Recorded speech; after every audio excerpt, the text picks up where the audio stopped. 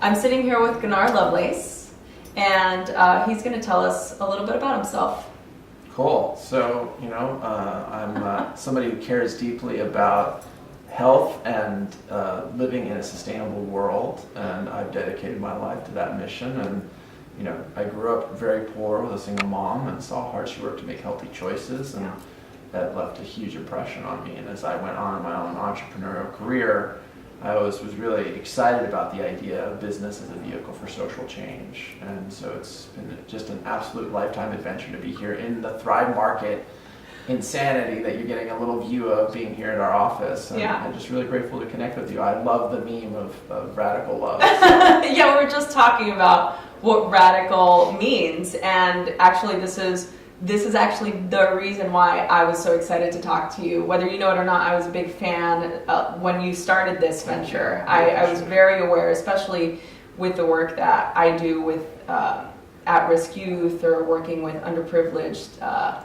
mothers, communities, and I was just so excited to hear about what Thrive Market was doing, what you were doing, and just your career and being a radical. So tell us a little bit about a little bit of Gunnar history in regard to what radical is. Well, we were just talking about what radical means, which really needs to go to the root of something.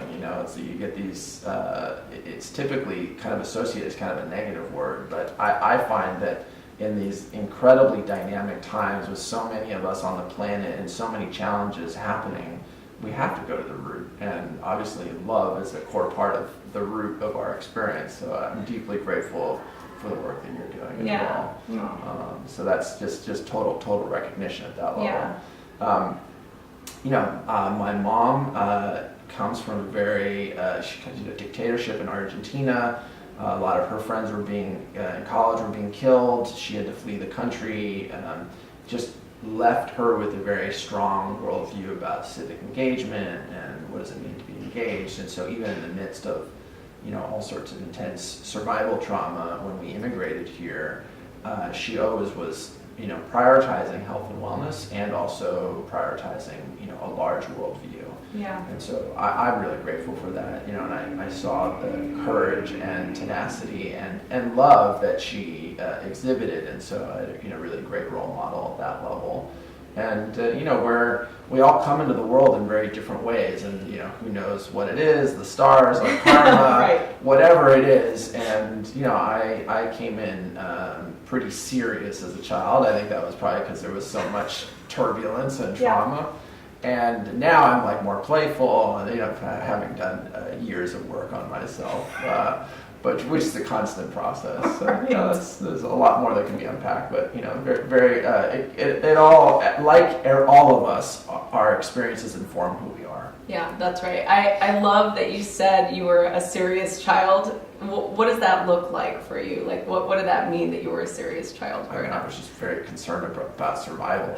Where else am I going to get my food? How are we going to pay the rent? And this was like very early age. Yeah, so. It's such a visceral experience. I mean, I can relate, having very similar upbringing. My parents are Mexican immigrants. I grew up during the LA riots. Like, there was a lot of violence, gang violence. Very similar. We had a hard time making healthy choices because it's like what we got is what we got. That's right. Right? So it makes people like us grow up having that, like that worry that actually can propel us to grow, right? Or it could paralyze us, right? And a lot of people that it paralyzes. And we're examples of, hey, we're imperfectly perfect, and we're going to meet our challenges and use those challenges to inform our work. Right. And then also I find, and I can obviously just see in your work and who you are, that it drives a lot of your worldview and your sense of compassion and service, and recognizing that even as we've succeeded in kind of conventional ways of creating resources for ourselves, we recognize that our lives are part of something greater than just serving our own self-interest. Yeah, I love that. I mean, we can just talk about that for like the rest of the time. But I really want to talk to you about what inspired you to create Thrive Market, because that in itself is revolutionizing everything. I mean, and I'm sure it's been informed by the way that you grew up and your experiences and what you wanted to bring to the world and being of service. So how did this come about? How did you start this? So again, very personal experience. When my mom remarried, my stepfather was running a little hippie commune out of a farm in Ojai, California, and so I got to see firsthand the power of group buying as a way to make food more affordable and build community. And it just always seemed crazy to me that food with lots of chemicals and processing cost less than food with no chemicals and processing. And so, that personal experience, and then transparently just being a hypochondriac my whole life. I've had a lot of suffering my whole life thinking I'm dying of one illness or another, and that's naturally led me to an insane supplement addiction and whatever foods that I could find that I thought might, cure me of my ailment. Sure. So I've naturally been very interested and obsessed about health and wellness, and I think those two forces, and then I think in combination with, I've been really interested in finding organizing principles that bring people together around the common good at scale, and I really think that helping people access healthy food for less is one of those organizing principles. It doesn't matter who you are, where you live, what you believe, what the color of your skin is. People want to feel good in their bodies, and they want the same thing for their children. Yeah. How have you seen it affect those families firsthand? I mean, it's been so exciting and inspiring. I mean, we have a giving program that for every paid membership, we give away a membership to a low-income family. And I remember the first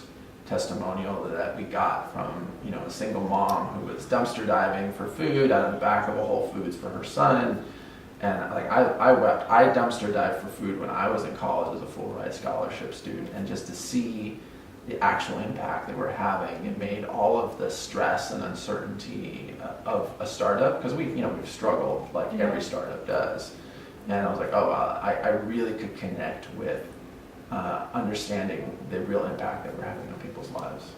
How did you choose Thrive as the name of your business? It was actually a process. We started out with a different name. It was called Shop Tribe initially, and then as we just kind of workshopped it amongst the co-founders, we realized that we wanted to have something more accessible, more mainstream, and something that spoke to the values. And in a world that's obsessed with survival and just getting by, and we're all afraid at very intrinsic levels, the meme of thriving and what does it mean to thrive was a natural fit.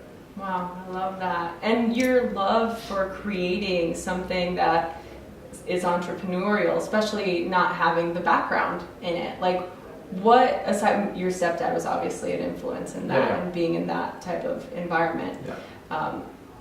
What else do you think informs that? Like, my mom has been an entrepreneur her whole life, so she's an incredible jewelry designer, and so all over the world she's traveled as like this gypsy bohemian, and so we have a business called Love Heals together, and that's like her craft, and so I saw the tenaciousness and creativity of her as an entrepreneur, and I was like, oh, okay, I can, if she can do it, I can do it, and she's always been very supportive of that, and so I think I'm basically unemployable anyway, so I think you probably could identify with that. I think everybody in this room can identify with that. So that's, it's just been I've always been inclined to, how do we use our precious life energy that we have here to, have this incredible impact, and we're such an amazing species, we're so capable and so powerful when, our hearts and our minds are aligned towards a purpose that really resonates. I'm curious what your thoughts are on this, because I have my own thoughts, and I always love to ask people that have created success in their life from not having it, like not being passed down from family, like you've had to work for it. I'm always curious to know, especially from successful entrepreneurs, how you think being in that environment impacted your drive. I mean, it's that back to that thing. It either paralyzes you or it gives you a lot of fuel. I got a lot of fuel from it. I'm actually in the process of trying to relax some of my ambition, because it's so intense that it's not. I'm in a place where my health is okay, I need to make sure I'm getting enough sleep and I'm getting enough exercise, basic stuff. I just turned 40, and it's, I can feel the difference. 10 years of I've been an entrepreneur for 20 years, so I've been grinding nonstop for 20 years. And so, but it's fuel. And I think that in the case of growing up with a lot of insecurity around basic survival issues, and for me, I've internalized that as real drive, and that's been useful. And I'm in a place where I need to really work to integrate that more deeply. What has been the biggest lesson you've learned in your life so far? I have so many, but one of my teachers, Adi Shanti, is a meditation teacher who I just love, and he speaks a lot about, speaks a lot about, I figured he would, speaks a lot about, courage is, not the absence of fear, but the willingness to persist in the presence of fear. And, I'm just very afraid and insecure all the time, and I do a good job faking it. But basically, I'm a pretty insecure and fearful person, and just working through that and recognizing that just because I'm feeling afraid doesn't mean that I should stop doing what I'm doing or stop pursuing a dream that I dream. Wow. I love that there's that fire, that courage that's coming from somewhere. And the reason I bring it up is because I feel like sometimes when you do grow up in the tumultuousness of a life where you have to fear survival, or that's your constant worry is survival, it gives you a little bit of an edge. It creates some sort of... definitely hunger. Yeah, exactly. So I'm always so intrigued and drawn to that because I know what it feels like. We're on the same. We get each other. Simpatico. Yeah. Mm-hmm. What have been the biggest hurdles you've had to overcome with Thrive Market, if there's been any? Yeah. So we were rejected by all the top venture capital firms in the beginning, and so when my co-founder and I were self-funding a business, New York, San Francisco, LA, all the top VC firms rejected us. Total pain in the neck. We spent months on the road kissing ass and we're being rejected over and over. And ultimately it was like the best thing that ever happened to us because we ended up bringing in a community of influencers that passionately care about the mission and heard from their audiences that we want to live the lifestyle, but we can't afford to do it. And they understood the problem. And so the first $10 million we raised came from over 150 influencers, often writing their first checks, never having made an investment ever before, and that was just an incredible, illustration. In hindsight, I look back at that, and it's amazing that we made it through that period, and it was such a great thing that we were rejected by all these people because it allowed us to strengthen our hand and really catapult the business. We wouldn't have been nearly as successful as we have had we not brought on all of these stakeholders. And now we're a stakeholder-driven business. I mean, that's why we're in relationship with you, is because we're oriented this way, and we recognize the power that you have, which is in this really fragmented 21st century media economy where people don't trust the traditional media sources. We look to our friends and influencers in a very authentic way to understand, different opportunities. Yeah, well, it just creates more of a relationship with, the people that you work with and the common goal, which is to make this accessible to everyone. Yeah.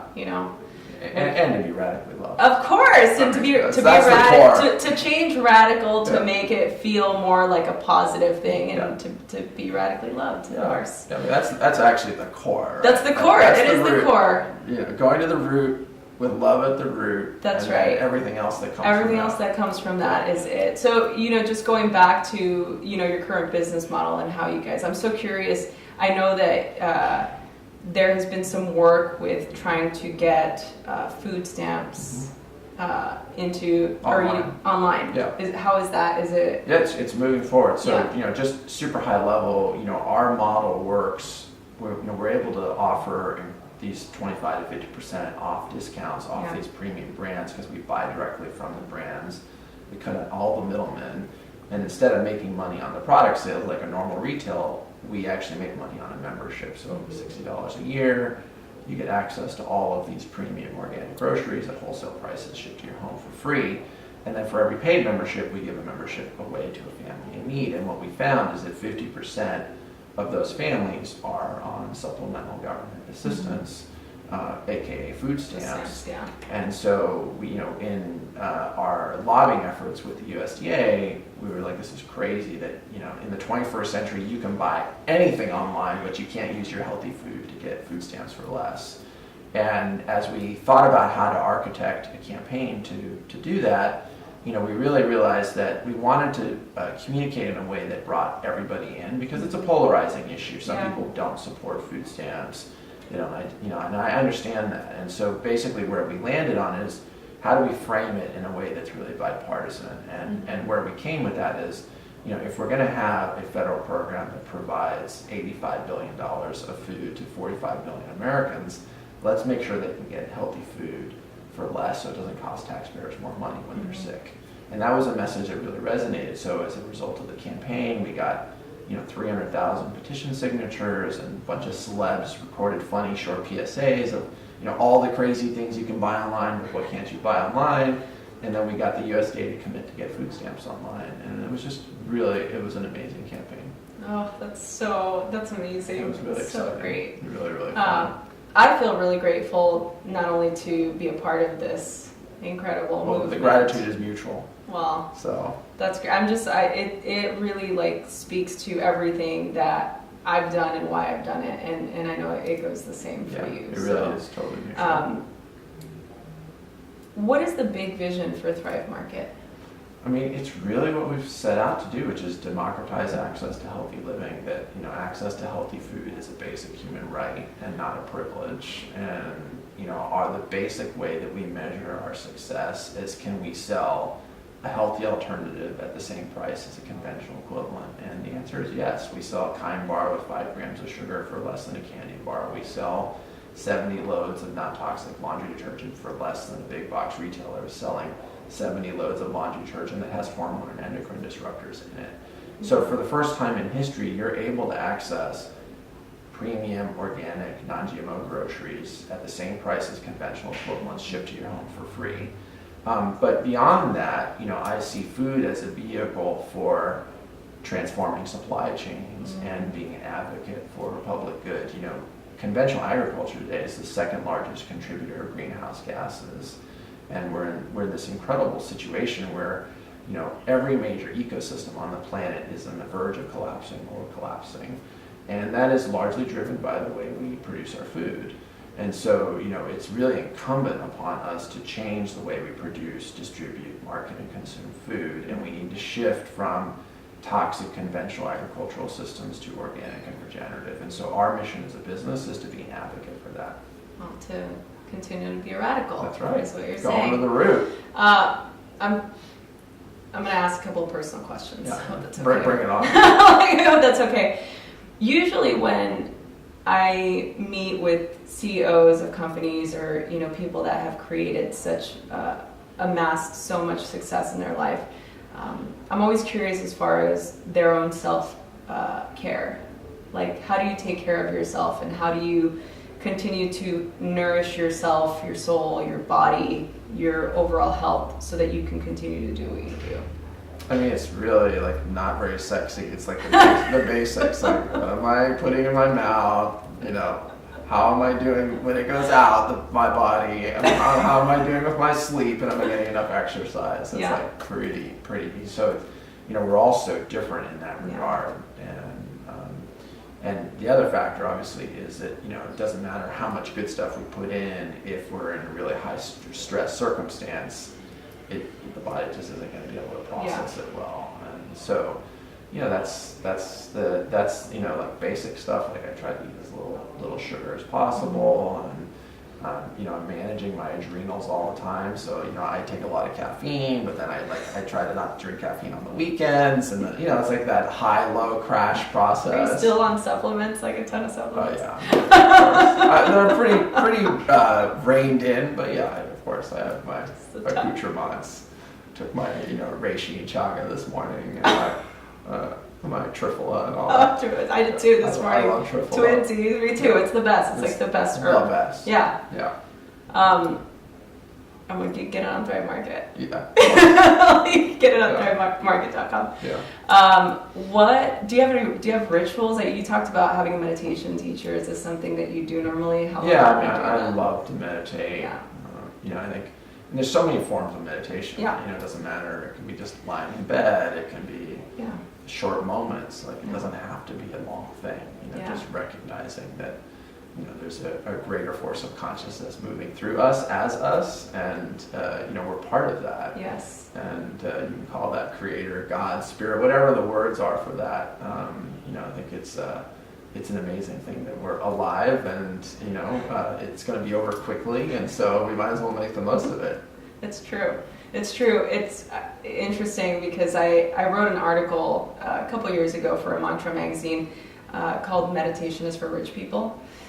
Because it was just obviously it was like a quote that my dad told me because he was having high blood pressure, and he comes from this old school, like he's a Latin man. It's like he's just stressed out, and like he can't meditate. It's like that's something like that privileged people do, and it took me so long to try and change his mind, and I'm like, that's not a privileged sport. You could do it anywhere. It's like prayer. It's you being able to listen to your body, to listen to your breath, and to just be where you are. And this is another one of those things that for me, with what you're doing with making food accessible, like I want to make yoga and meditation and these like spiritual practices available for everyone. And bring them into communities. And bring them into communities. They have in this culture, they're concentrated among white communities. That's right. And communities of color really can get a lot of benefit. Yeah, and I think it's just a matter of talking about it and addressing it, and making it so that people feel comfortable and they feel welcomed and they feel like it's something that they can do and they do have access to. Yeah. There's a lot of different meditations I have on the podcast that people could just listen to for free. Awesome. And it's like I do nonprofit events with different organizations. We should be partnering on the nonprofit stuff. There's a ton of stuff we could do there. So after this, we'll I'd love to, because it's like I'm so passionate about it. It's literally like my life's work. Yeah, no, it's just the same. So we have some stuff to do together. Great, I'm excited. Yeah, but the meditation and yoga piece, it is cool to see how mainstream it's going. Yeah. You get everybody from like a mom to high-powered business person. It can be very simple. Like I was walking to the bathroom today, and I was like, I'm gonna just sit up straight, have a good breathe, and I'm like, okay, I'm walking through the hallway to go to the bathroom. Like that's my moment of meditation right there. That's all it had to be. I think that people also have this. Part of my purpose too is to kind of demystify that idea that people might think about yoga and meditation and think it's like a cult or religion, and it's like, no, it's literally what you said. It's about breathing, and it's about just taking in those moments. And it's like you can't experience, my teacher, Yoga Rupa Rudstriker, always says you can't experience the divine in the past or in the future. You experience in the present, right? So that's the moment that you can experience joy, peace, happiness, love is right now. You don't experience it in the future or in the past. It's the moment now. And I think that by all of this, just this communal tribe, this effort that we're all doing together to create more awareness, more presence, more like-mindedness, more love, more support, is going to be so powerful, I think, for this next generation that's growing up that has people like us or people out in the world that they see that are doing things and that are really paying more attention to presence, having a more thoughtful existence. Having more mindful existence. So I love that. I want to respect your time. I'm. So what is time? I was just gonna say, there's no escaping the moment. Even if we're thinking about the past or the future, we're still in the moment. In the moment. It's just a question of where our awareness is. So we're totally going to go out there right now. We're always in the moment. It's true. Yeah. It's totally true. What has been, who's been the most influential person in your life? It's definitely my mom. She's a tenacious, beautiful, crazy human being, and I love her and I struggle with her. But we it's like those classic, parent-child relationships. What does the struggle mean? I'm curious. like we have a business together in our jewelry company, so it's all sorts of like enmeshed power dynamics, like classic stuff like that. Right. And it's your mom too, so it's like you gotta just pretty much. So there's a lot of you like acquiescing to her is what I'm seeing. Yeah, acquiescing and not acquiescing. That's the problem. I'm like, you should acquiesce to her. I mean, that's generally what one should do. The feminine in general is acquiesce.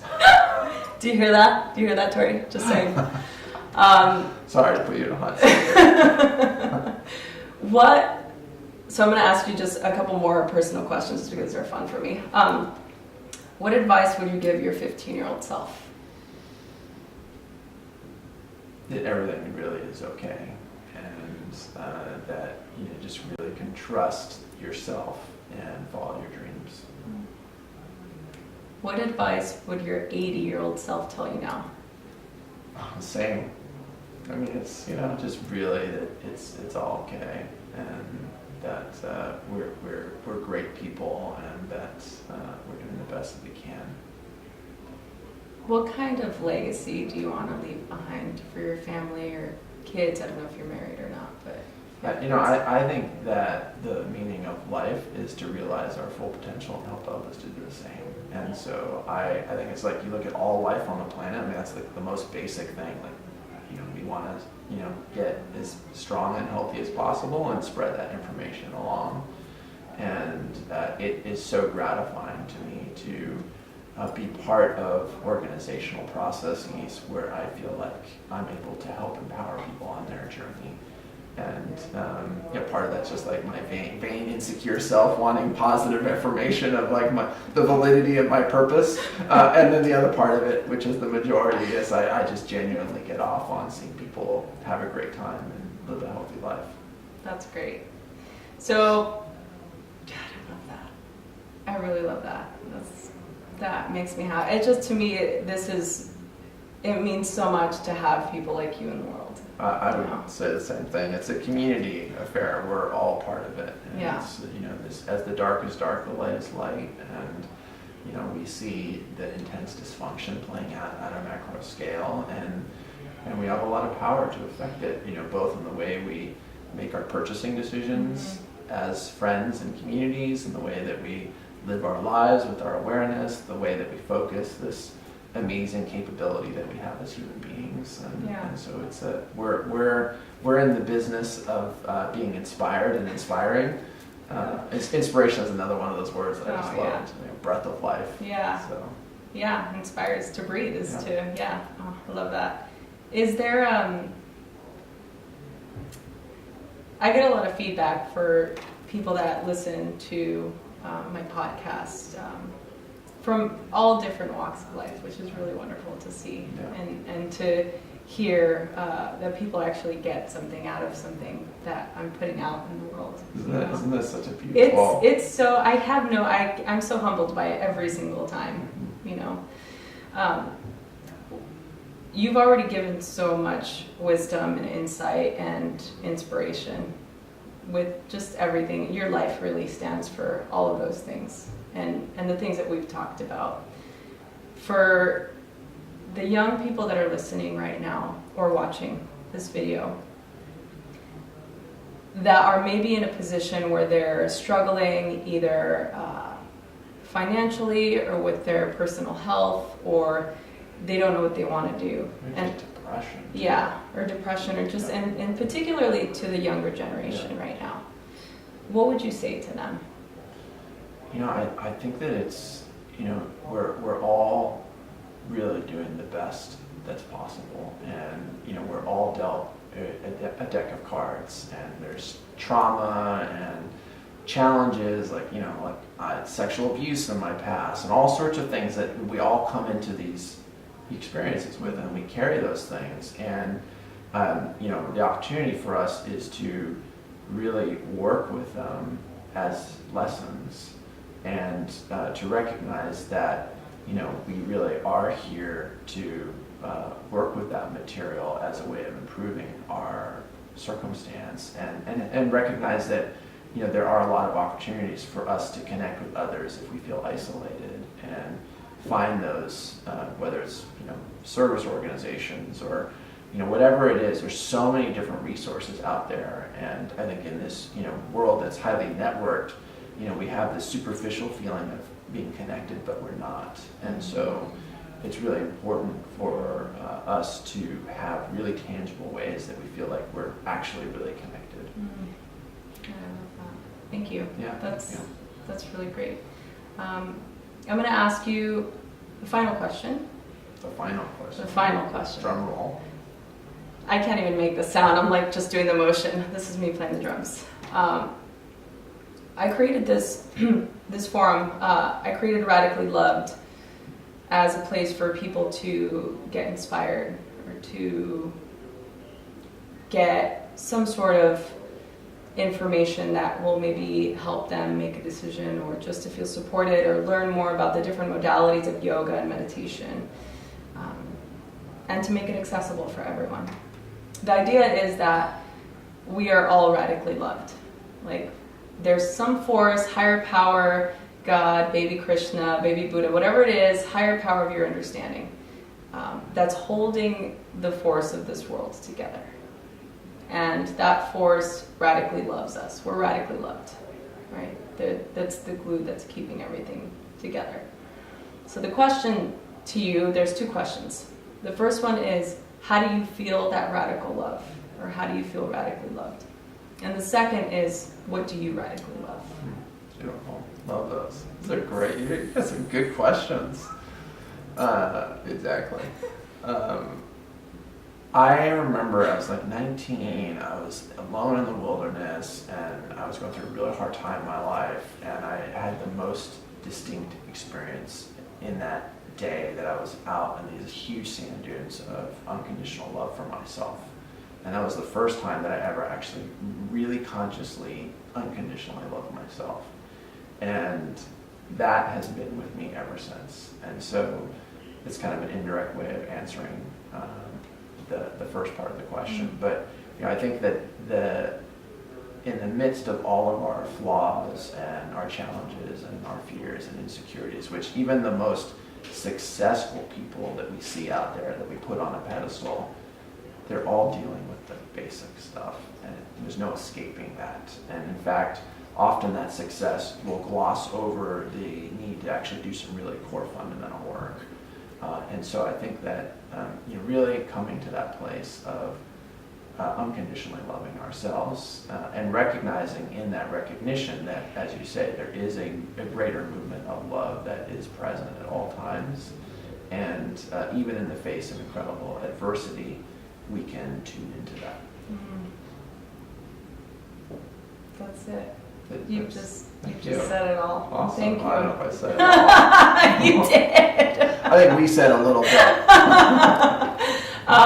Thank you so much, Gunnar. This has been really an honor to meet you in person. So great.